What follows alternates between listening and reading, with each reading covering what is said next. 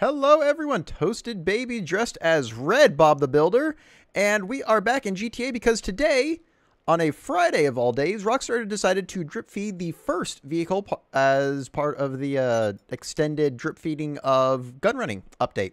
Normally they do this every Tuesday after the Gunrunning update until the vehicles are gone, but it's been almost 2 weeks at this point, and this is the first time we're getting it. Probably because next coming Tuesday is the 4th of July, which if you're not American, don't worry about it, but if you are American, blow shit up. But anyway, so this is the first vehicle that they're releasing. It is the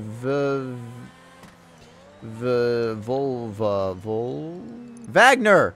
That's what it is. Okay, so it is the Vagner, and it is a very, very good car. So good, in fact, that it is pretty much the new car to buy. Although I would caution against actually buying it right now because they still have one more supercar. I do believe it's called the XA21? Something like that. And from the people that have actually gone into the game files, they have said that that car is actually better than this one. So the car that hasn't come out yet is already better than the new best car.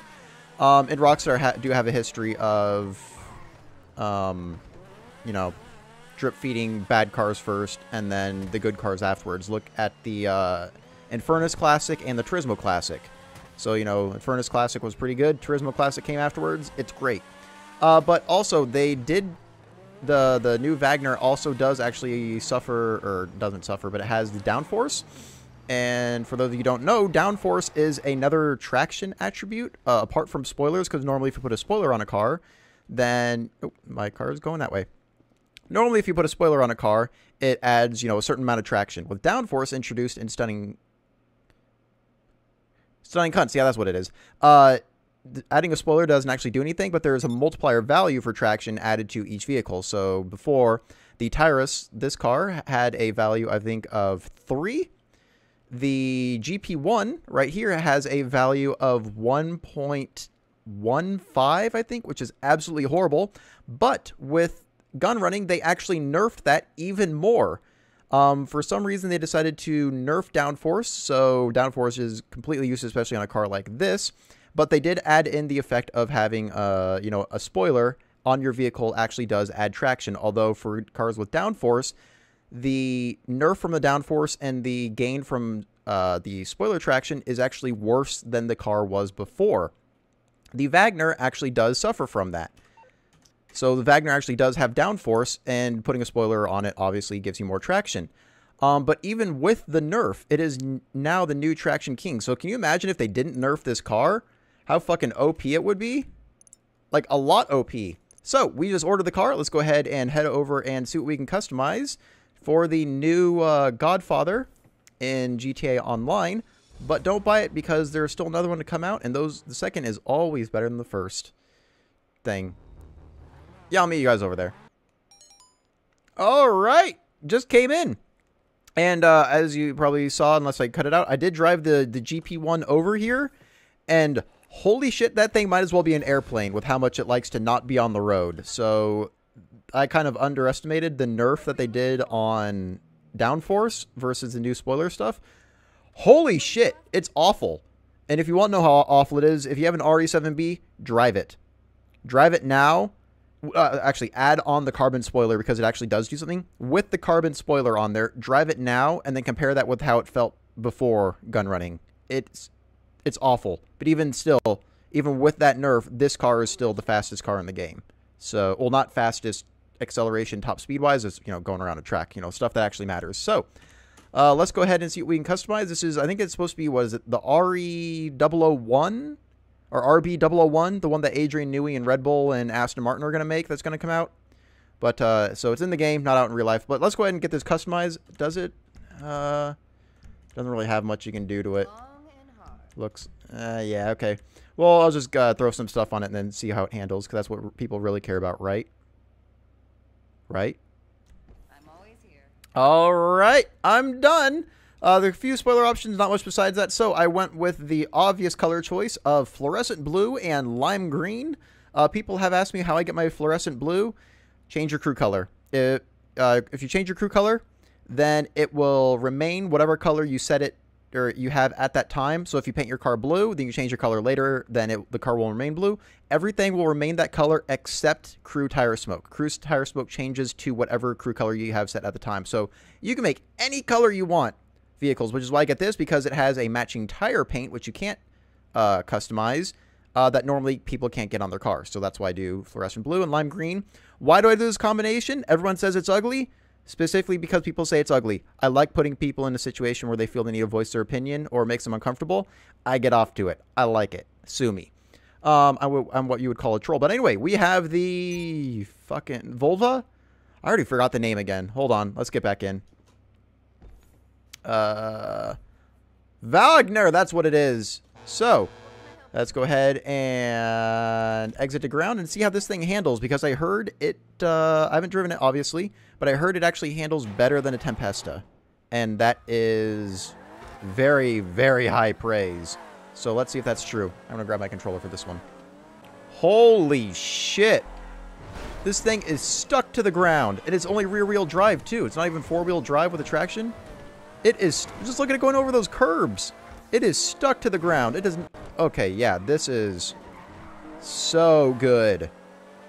Oh my god. I cannot wait for the better car to come out. Look at that. Look at that. It just sucks up those curbs. It isn't affected by them at all. Okay, so yeah. So this is a very, very pleasant car to drive, I must say.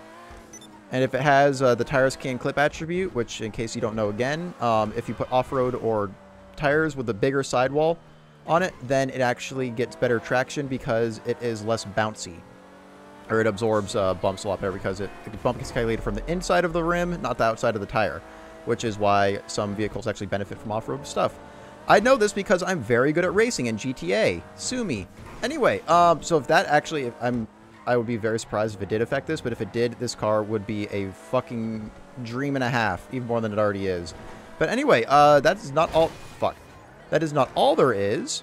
There is also a new game mode called Dead Drop? Night Drop? Dead Night? Dead Mouse? Something like that. We don't really care about that, but there are also new liveries for guns and your MOP, which is your Mobile Operations Center, because that is the actual name for it. I'm just kidding. I don't fuck it. Anyway, so there are some new camos for the Mark II weapons. So let's go ahead and see what those are. Heavy sniper, because it's already not overpowered. Oh, actually, excellent. I need to buy some ammo. Shut up! Livery? Let's see what we got. Ooh, patriotic. 100 grand. Yup. That's you set. Yellow, green, and America. And also green on the barrel. Can't go wrong with that. So, is that for all? I'm right here! Oh my god! Okay, okay, so yeah, it's 100, it's all for all of them. I'm not gonna do that. I'm just gonna do sniper rifle because it's, you know, sniping America, Chris Collar, Carlos Hathcock. Yeah, so that's a new livery, but there's also a new livery for this bad boy that we're in. So let's go ahead and leave it, and oh shit, we actually need to go back to my bunker. Let's go back to the bunker and see what the new livery is for that bad boy. Oh god, it's Omar. Let's get away from him. He has darker skin than most. Alright.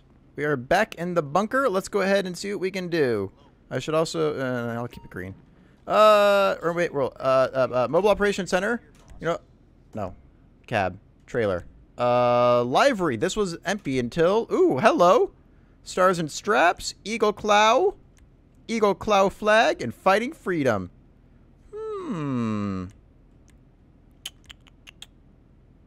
Kind of liking the Eagle Claw. Okay, so there's 4. If you're not American, then apparently sucks to be you.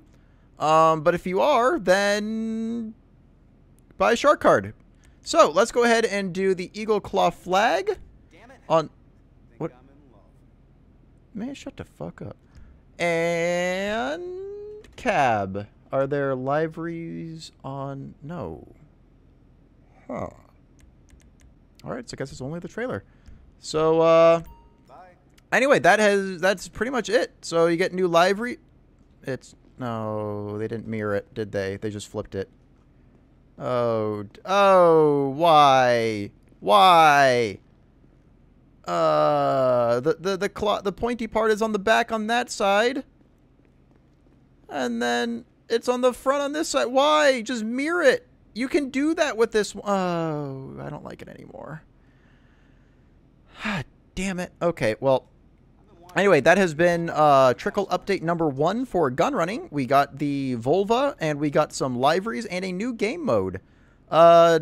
It's a nice car if you're rich. It's actually very, very pleasant to drive. I was actually quite surprised. Very, very nice car to drive. Very, very good grip. Acceleration is a bit lacking, and it's rear-wheel drive, but it makes up for that in the corners, which is what matters.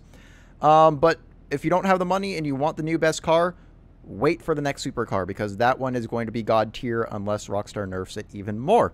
But anyway, that has been it for this update. I hope you guys enjoyed. Stay tuned for more update things and me trying purposely being a dick to incite a reaction out of you. And also stay tuned for more races and random missions and other GTA stuff, since I'm already bored of Fallout 4. But yeah, thanks for watching, and this is Red Bob the Builder out.